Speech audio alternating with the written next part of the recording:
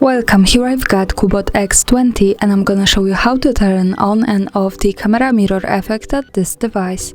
So let's start by tapping on the camera button to open it, and for now we are on standard photo mode with the back camera.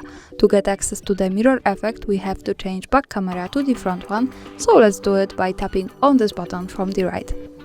Now high again, and we have to move to this settings bar and tap to the button from the left to get access to more options about the camera we can manage.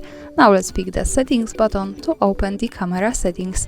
Here at the third position we have mirrored selfie option, so by using the button from the right we can easily turn on and turn off the camera mirror effect. And that's all, thanks for watching, subscribe our channel and leave the thumbs up.